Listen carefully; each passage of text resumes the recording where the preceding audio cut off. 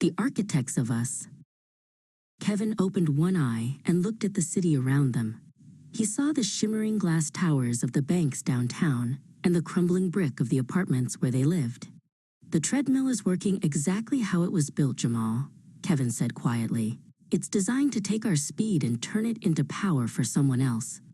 We work, we pay, and the wealth just leaves. It extracts everything from us until there's nothing left but tired. Jamal looked at the dirt by his feet and realized Kevin was right. They weren't just unlucky. They were part of a system that wasn't designed for them to win. What if we stopped trying to fix their machine? Jamal asked, a new spark flickering in his eyes. What if we built our own? He drew a different shape in the dust, a solid interlocking ring. Instead of waiting for a loan or a handout, we could pool what we have, not as people asking for help, but as owners of our own future. We don't need a boss to tell us we deserve a roof. We need to own the roof ourselves. Kevin sat up straight, the exhaustion in his face replaced by a sudden, sharp curiosity. The idea of the collective was born right there, between two tired men on a lunch break. Kevin began to pace, his mind racing. We'll call it the Black Infrastructure Trust, he said, his voice gaining strength. A trust means we trust each other. We won't be beneficiaries waiting for a check. We will be co-owners. If we all put in what we can, we own the land, we own the buildings, and we own the results.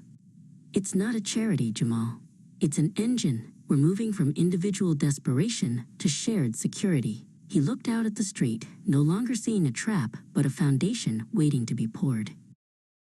News of the collective spread like wildfire through the neighborhood. Maya, a young mother who worked 2 jobs just to cover daycare, was the first to join. For years, she had been choosing between a paycheck and her daughter's safety. If we own the childcare center, Maya said, holding her daughter close, then the goal isn't profit. The goal is making sure our children are loved and taught. With the first bits of pooled resources, the collective transformed an empty storefront into a bright, safe space.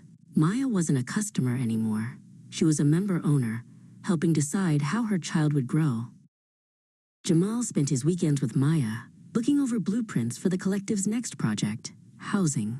They weren't looking for luxury, they were looking for stability.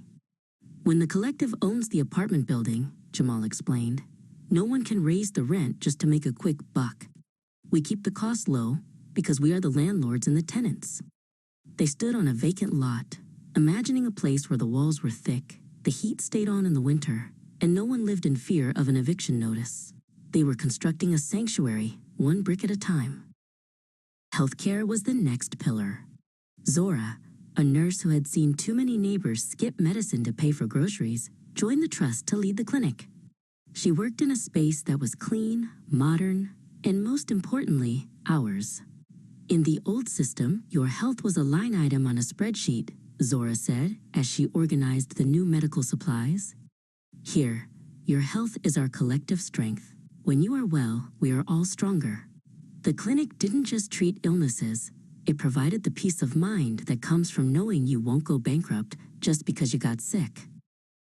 Kevin and Zora met at the center of the community hub to discuss the Livable Wage Initiative. The trust ensured that every person working within the collective's network was paid a wage that didn't just help them survive, but helped them thrive. Survival is exhausting, Kevin said to Zora as they watched people move through the bustling hub. Stability is where the magic happens. When people aren't worried about their next meal, they start to dream. They start to create. They shook hands, a silent pact between the builder and the healer, that the floor would never drop out from under their people again. Months later, Jamal and Kevin returned to the park bench where it had all started. But the view had changed. Across the street stood the main office of the Black Infrastructure Trust, a beacon of wood and glass. We spent so much time waiting for justice to be handed to us, Jamal said, looking at the sign.